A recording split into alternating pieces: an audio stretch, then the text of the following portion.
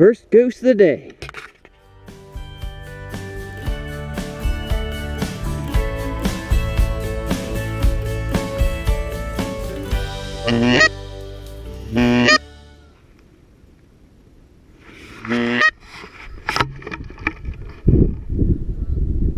about 9:45, and those two geese flew over.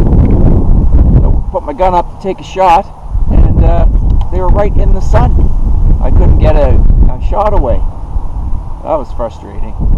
Here's a problem with shell decoys. A little bit of wind, if you don't have them staked down. Well, I don't have the stakes for any of these decoys. I bought these used. They all fall over, a little bit of wind, because they're so light. I changed my setup to try to replicate that from what I saw in the fields, because they weren't coming to the spread last week when I had more of a J shape. But it's still not helping because there's no birds moving. So it's a full moon, sunny day, a bit windy. Not really a good day.